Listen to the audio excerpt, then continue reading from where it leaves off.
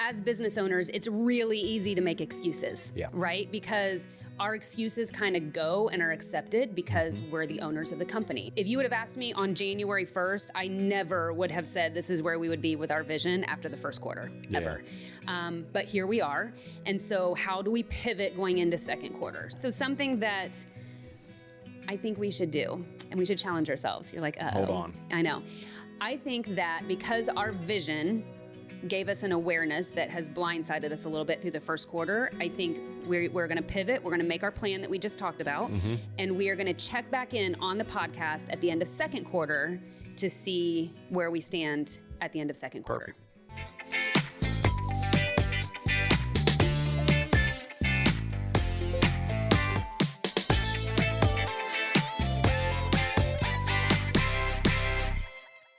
Welcome to the Lasting Business Solutions Podcast, Indy's launchpad to sustained business success, growth, and leadership. My name's Renee Lucas, and I am your host. And today, my husband and co-owner of LCS Heating and Cooling is joining me again today as we talk about our vision for 2026. And now that we've completed first quarter, I can't believe we're already through first quarter of the year. It flew by. It did. But we're going to reflect back and see what our progress is. Okay, we're going to talk about that a little bit. I'm glad there's a table here because I feel like I might need to bang my head on it as we go through. Maybe. All right. So we're going to be talking about our vision that we've created. Now, we've talked in past podcast episodes about things like core values and our purpose and vision and all of those things. But for the first time ever in our business, we set a statement vision for the year, right? Focus, implement, measure. What does that mean to you, Travis? Well, first off, you have to focus on something, and then you have to then execute or implement what you focused on. And then if you don't measure it, it means nothing, because who's to say what you're focused on, what you implement, even moves the needle? Right. And so you could be wasting all this time and energy and potentially money into something that's not making a difference in your business. Okay. So this was a strong statement for us because we wanted to bring some awareness around what we felt like we were doing well in the business and what we weren't. And we're at a point in our business to where we've got to run it a little bit differently. There's 21 of us. We've got a good sized team. We've got a big client base. We've got to bring revenue in to keep this machine going. And so we really have to think about what that looks like for us from a strategic point for the year, right? Okay, so when we think about focusing, how do you make it a priority to move those projects forward in the business, right? So like a project for you, Travis, is developing our training room, right? Or maybe building out vehicles or doing something like that, okay? How do you make a focus on it? How are you intentional about that focus? Well, the word intentional. Right now, I'm not intentional. So what's happening with it? It goes to the back burner. It's the biggest rock that needs moved is the last one that gets moved. Why do you think that is? Because it's not just us. That's human nature.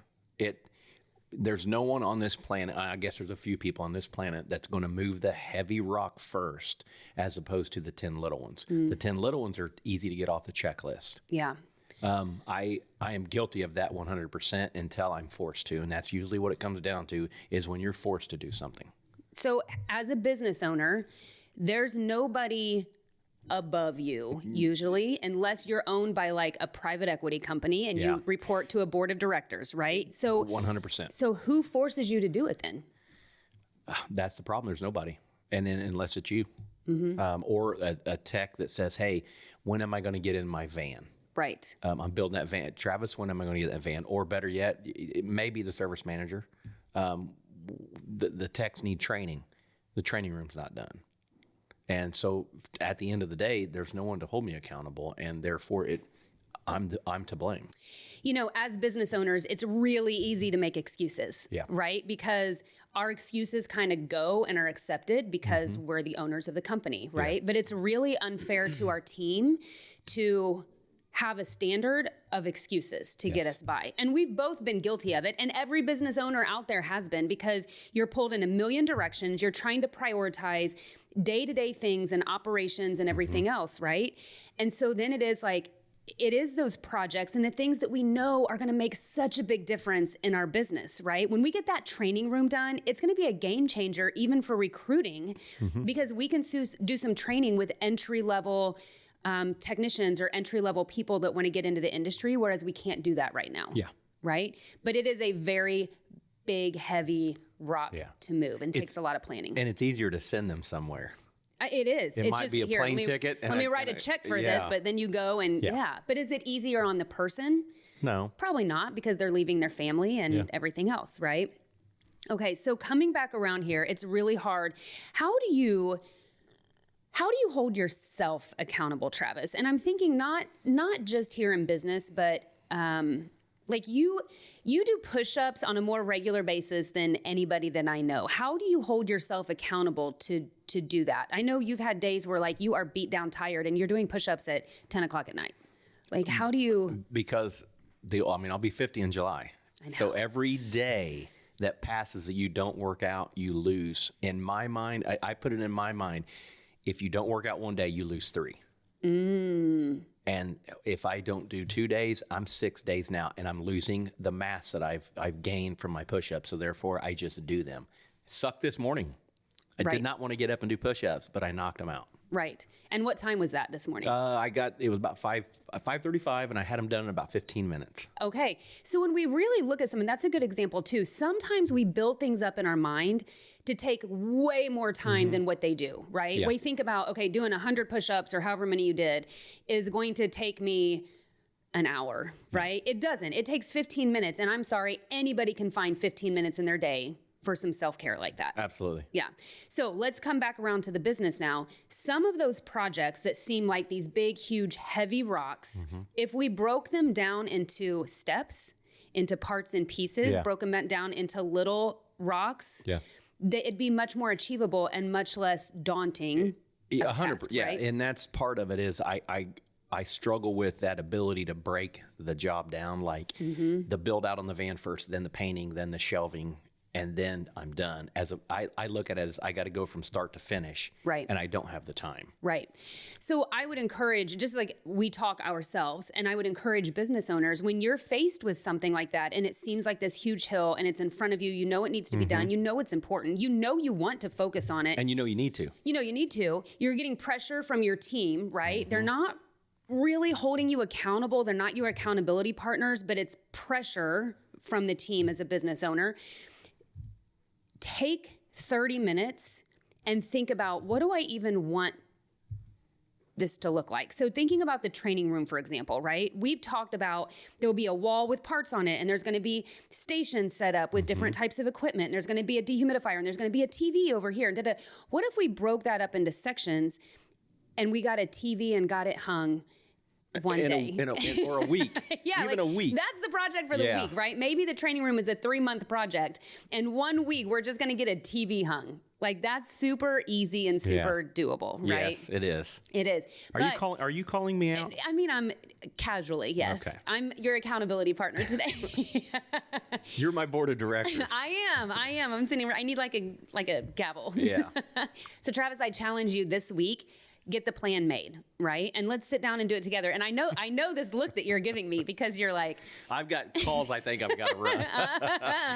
No, we're going to do it, because our vision is that we're going to get focused. And like the TV, you know what's holding me back? I know I got to climb in the attic and I got to pull a line down for power, and I've got to run it over to the panel. And you just don't want to do it. I just don't want to do it. Yeah. So, and it's, I mean, we're going through a remodel right now. I've done so much work in the house, and this is cakewalk compared to what I've done at the house. Yeah. And yet I make it a big deal. Well, here's the other thing too. As a business owner, what can you delegate? Right? We're in. Well, I delegated yesterday the van. It got painted by Hector. Yes. Hector came in. I'm like, what are you doing right now? Yeah, here he you goes, go. What? And I'm like, you're painting. But we can do that too for other things, right? And I think as business owners, we think about this training room project is your project. It's got your name on it. That doesn't mean that you have to do every step, right? It means that you have to be the GC of it, right? But you could be delegating this task and this task and this task. We're in our slow season, right? There's days where we've got technicians or installers available. They don't have a lot of work. Part of it I don't want to take from them, of the possibility of them out working somewhere. Right. That's part of it. Well, and we never would, right? Yeah. So just knowing that and balancing it, but having that as a backup, even discussing with, taking it one step further, discussing with the office and saying, hey, if anybody has, if these people have any downtime this week, this is what they can do, right? And already having that in the office so that nobody has to find you and ask you questions and everything else. It's already laid out, right? So there's way. Now, this is not just about like, you're the worst focuser ever, Travis. Yeah. I'm up there. I am too. I'm super guilty of it. I know, like, I have these plans for what we want to do. We're working on our price book right now, which is a huge undertaking, right? And I feel like I'm all over the place. And now I'm at a place I'm so overwhelmed with it, and I don't know where each piece stands, that it's very daunting to me, right? And what I have to do is take the time and break out, what do we want to achieve from our price book layout, right? So the way we do things right now is a little manual. What we're doing in our project is automating it all, right? And so what do those steps look like? Who do I need to talk to for what? How much time should we be allowing for what? Who needs on this call with me? Is it IT from this company and the software, people from over here, and the person's helping with the price book, but I've got to get focused on that as well, or we're never going to even get to an implementation stage. And that part scares me, because I don't know enough about computers to even help. I know numbers. Yeah. But I stray away from that part because I'm lost at it. Right. So then, so as business owners, that's something else that we do is if we have a project that we know we want to put into place, and say it's automating our business, right? We're doing too much manual work right now. We want to automate it. But that just scares us because it's not our strength. It's not our natural skill set. So then we back away from it, and we put it off, we put it off, we put it off. We focus, but we don't implement. Yeah. And we don't measure. Yeah. Or here's something we're guilty of. We focus on it in the moment that we're talking about it. Because it's painful. That's the only reason usually you talk about it. It is. Like, we've got some sort of pain. Yeah. We're talking about it. But we talk about it in that moment, and then nobody looks at it again, right? Me, you, our team, nobody looks at it again until we come back around the next week and we're like, oh, wait, we didn't make any progress on this, right? Yep. And then we talk about it again and we're real focused on it again. And then as soon as we walk out that room, gone.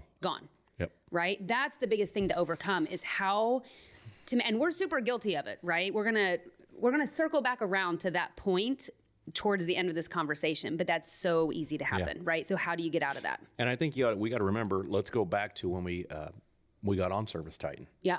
And how much progress we have made. And it took a long time. Now we've got this automation part that didn't exist before. Right. And now we've got to learn it. So it probably really seems like we're not getting anything accomplished.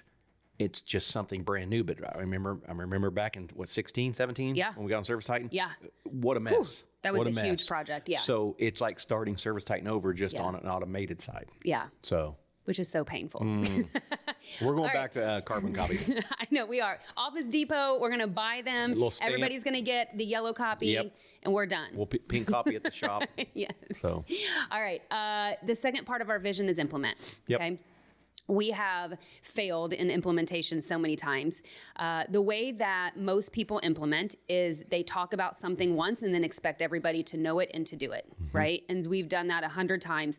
What percentage of the time does that work? Ooh, 10%. Yeah, I'd say if that, right? Very, very low percentage of time that works. I think as business owners, we forget that when we're doing some sort of project and it's something that we're going to implement, we've been working in it for weeks, months, maybe even a year, right? And then we implement it and we present it to our team and we only go over it once, and then we're frustrated that they don't get it, or they're not doing it, or they're not remembering it. But it's because it's the first time they're hearing it. We've been living in it for a really long time. It's a really easy point to forget. That's like whiteboard training. Oh, superheat, subcool, measurements, this, that, and the other. And the techs, even, Travis and Mark may come and say, why are we going over the skin? Because I said it has to be repetitive. Yes. You have to know it by just memory, and that's when you figure it out. But that takes weeks, months, years. Yeah. I mean, think about it. You've been in the industry for 30 years. You work with somebody else who's been in the industry for 2 years. And it's like, well, why aren't they remembering this? Yeah. Why can't they apply this? Why can't? Well, it's the experience difference. Yeah, it is. And that's all it is. It's experience and getting it beat into my head. Yeah. And That's what it comes down to. Implementation is ultimately you take the word implementation out and you plug in beating it in your head, beating into your head, beating into your head. Repetition. That's what implementation is, right? Yeah. It's having a plan. So think about this now. With our vision, there's not a single project that we've even made it to the implementation part of yet, right? But that is one of our goals, is to have a good plan for implementation. So I take that back. We are rolling out a new membership, and we started with a good plan with that, right? So we had a training plan. We're going to train for this many weeks on it before we roll it out. We're going to make sure that everybody understands the plan itself. They understand how to find it in the price book, all of those things, right? Well, then we had a little wrench that was thrown in there, and we had to change the name of it and change a little bit of information in it. Well, then it's like, everything stopped with it. We stopped training on it. We stopped going over the benefits. We stopped everything with who we were rolling it out to, simply because of a name change. The name change had nothing to do with the actual implementation. Right. The process still had to be done. It was one small part. Yeah, but we let that little thing in there. Oh, well, throw your hands up. Completely derail it, right? Yeah. And so it's okay. Today, actually, we started again, right? Can't give up. We started again. Okay, we're starting role playing again. We're starting with the benefits again. We have something in front of them again to move forward and make sure that happens. Yeah. Right? New timeline. Timeline got delayed a little bit. You can't let that ruin it's kind of like you can't let a bad morning ruin the entire day for you. True. Right? You can't let one little wrench in something ruin the entire project. Like if you run out of coffee. I don't drink coffee. It's not a good one for me. It's a bad one. So, but you're right. You can't allow a name change to ruin what you need to do for customers. Right. At the end of the day, they may think the name's cool, but has nothing to do with what we're doing for them and what the benefit is. Right. Yeah. Right. And same thing for your team. The training can't stop just because of something like a name change. No. Right. Repetitive. Yes. Now let's get to the third part, which is measure. Yep. Okay. This, personally, as much as it sounds like the whole entire vision of ours is hard for us, measuring is the hardest for me personally. It's the consistency of having a way to measure what we're doing to make sure that we're getting the results that we want, and even knowing what results do we want. And why do you think it's hard? I have an idea. I think it's hard because what does measuring do now? Accountability. It holds people accountable. It's a spotlight on a certain thing. Yeah. And it's the accountability. I was waiting for you to say that, because right when you find out that it's measured and you're off track, what do? Because I go back to the comment you made of private equity and the board of directors. We know a lot of companies that have sold. Friends of ours have sold. Yeah. They now have to answer to someone above, and that above person, they do not care. They just want results. We could do a whole session on that level of emotion in your business. You get private equity and you get like corporate versus small business, right? The thing that small business in general prides themselves on is having that family feel and just having that family feel, right? It's like your work family. You have a close connection with your employees. Yes, 100%. Corporate, not so much. Like in corporate, like there are rules and you follow those rules and you meet those KPIs, or you don't have an opportunity to be employed there, right? Like it is that cut and dry and that simple.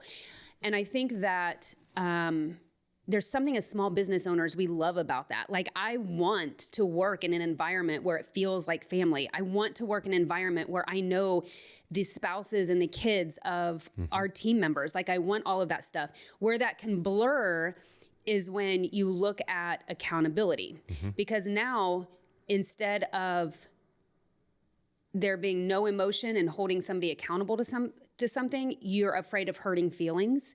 You're afraid of making somebody feel like that the work that they have done isn't good enough, right? And so accountability becomes very weak or non-existent, and then you don't get the results that you really need to have as a business. Because you're worried about the feelings.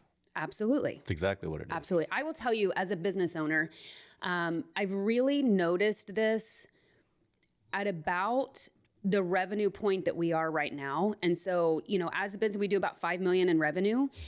At that point, because it takes a lot, like if we don't have work coming in for our technicians and we've got somebody that's running on 20 hours a week, or if we don't have those things, like what is it? Those people feel it, right? The people feel it. We feel it as a business. It affects following months that we have. Back when we were smaller, we didn't really have those issues. Well, and you could easily pivot to go find work, to go help have service or maintenance, help install help service or maintenance. Yeah. It was much easier, but the pencil, it could be dull then. The pencil has to be sharp now. Right. We don't get off days. No. You don't get to have off days. No. And I'm feeling that as a business owner. I'm really, really feeling that. And I think because of this vision, and I don't want to say it's a pressure that we put on ourselves, but because that's not the intent. That's not the intent of it, right? But that's kind of how this first quarter has felt for me, is like, man, we want to be focused. We want to implement. We want to measure. Focus, implement, measure. And as we're trying to do that, I think it's opened up a lot of gray areas for us where we are not focused, where we are not implementing well, and where we are not consistent at all in measuring, right? I think we're in, let's go back to the revenue aspect. I think we're in this area where there's a wall in front of us, and there has to be change, or we're just going to keep hitting that wall. You're either going back or you're going over. Right. You pick. Right. And if you do not focus, implement, and measure, you're not going over that wall. No, absolutely not. And I know that we encountered our first wall at about 1 million in revenue. We encountered another one at 3 million. And it's this 5 that I'm feeling again, right? And I've heard, as I've talked to other business owners and things like that, that 5 to 6, people have said, like, you don't want to hang in that $5 to $6 million in revenue for too long. You either need to go back or you need to get past that. And then 10 is the next big one. When that 5 to 6, what do you mean by that? Because I kind of got a feeling when someone says you don't want to be there, what's it matter? What's different about it? So here's what's been hard for us, or I think what we've noticed is we're not big enough to put into place some extra like personnel that we feel like we need, or some extra managers that we feel like we need. Like, we're not big enough. We don't quite have the budget for that. We're not quite there yet, but we're too big to manage it without. And I think because of that, you and I are feeling a lot of pressure, and we're putting in a lot of hours, like way more than what we were running a $4 million business. Right. And I think then it ultimately comes down, you don't focus, you don't implement, you don't measure, because you are somewhere where you don't want to be as far as revenue goes, because you're getting pulled in 1,000 different directions. Right. Yeah. I feel like this has been a therapy session for us. I do. You're right. I think we need to like listen to this one several times. I think we're going to play it back. I'm going to play it back when I leave. Yeah. Something that this vision has really shown me is that we are making plans for things without having any idea of what kind of result we want from it, right? And so I'm starting to ask that question. That I've been, like, for example, I was just talking to Riley the other day, and we were putting into place a social media ad. We've never done it before.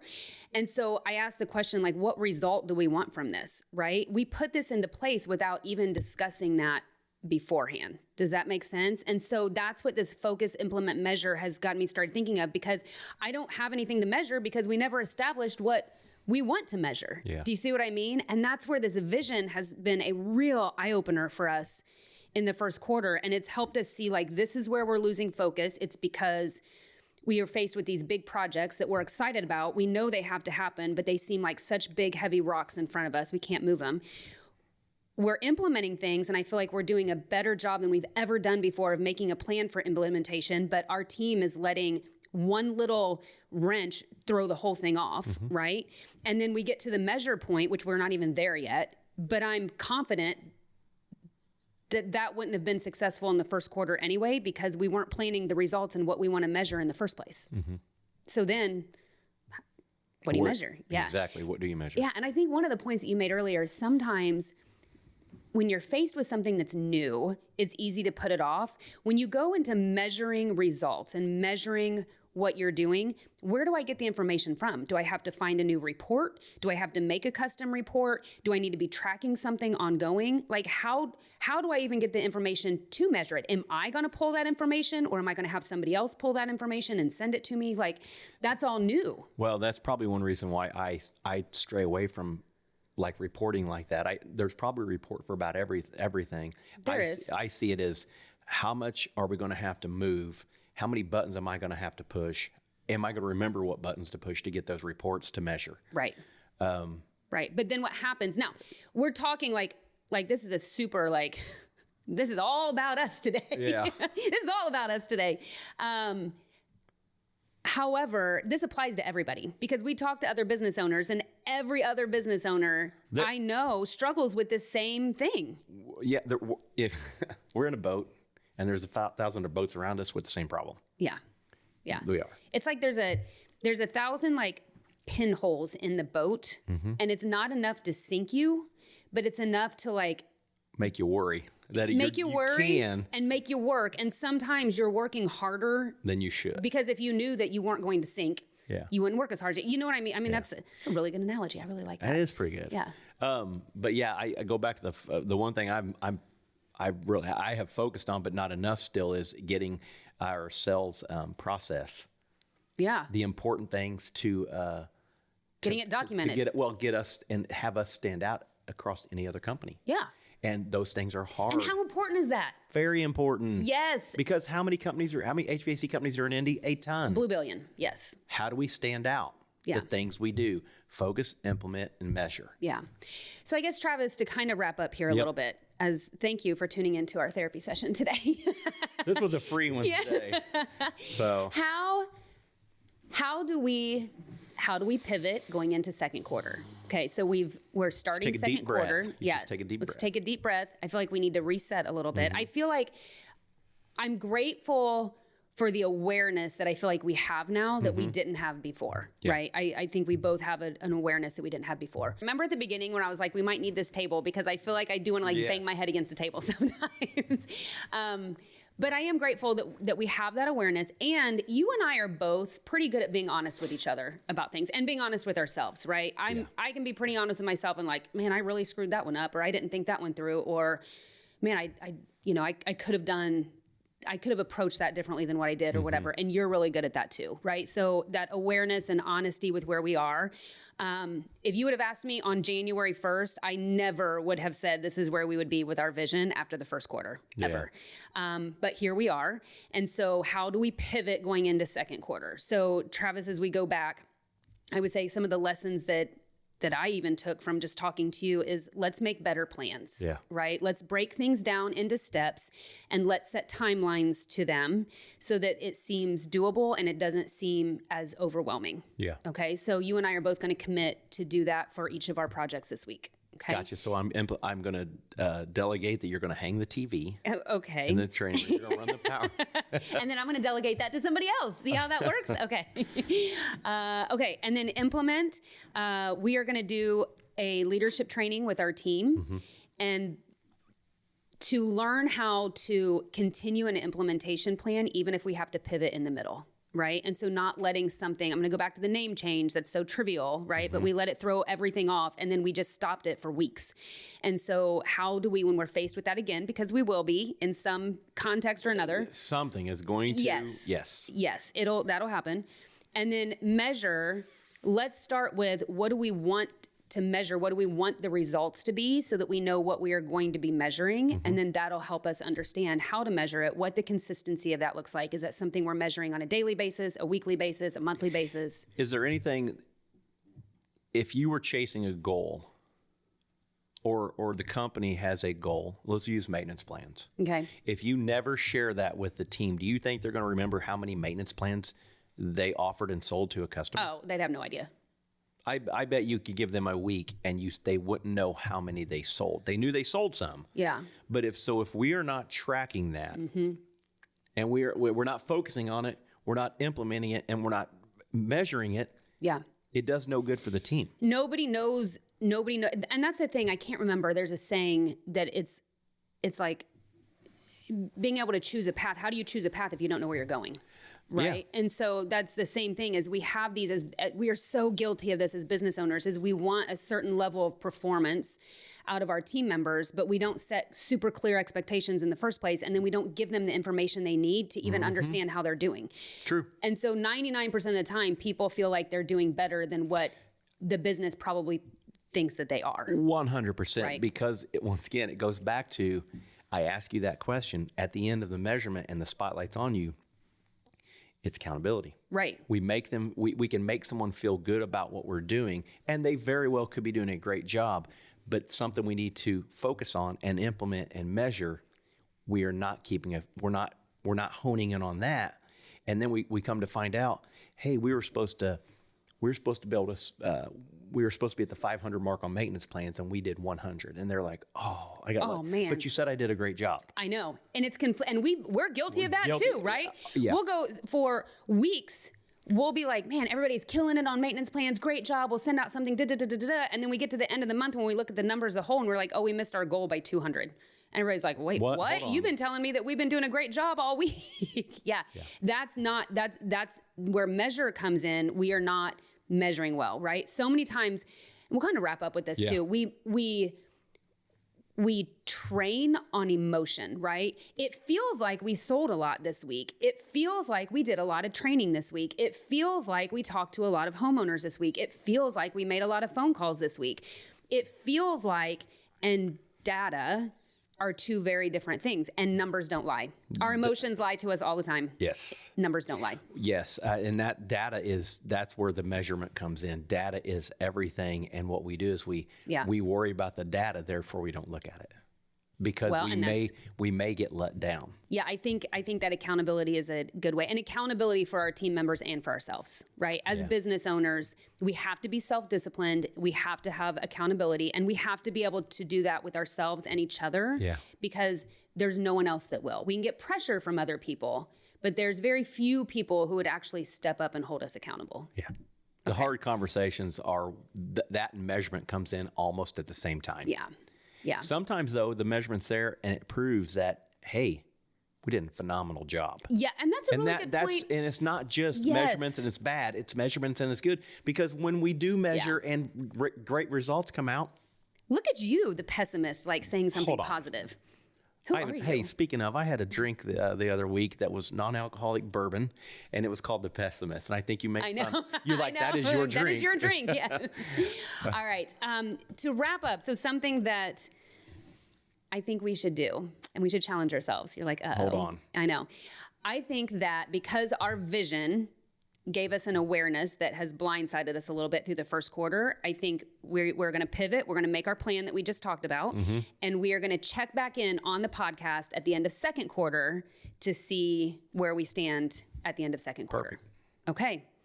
You get to hold us accountable. And so that's what we're looking for. I'd love some feedback on this, especially because I do feel like this is a little bit of a therapy reflection session for us. I hope that you took some things out of it as well. Some big awareness factors in for us in first quarter. And so what did first quarter look like for you?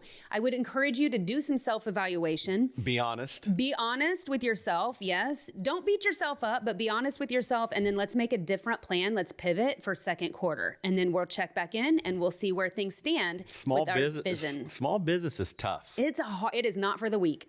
It's not for the weak. It comes back to you have a connection with every single employee. Yeah. But in saying that, I also wouldn't trade it for anything. Correct. You know, it's the best thing out there. All right. Whew, this has been a good one, guys. Well, tune in next time as we're back on the Lasting Business Solutions podcast.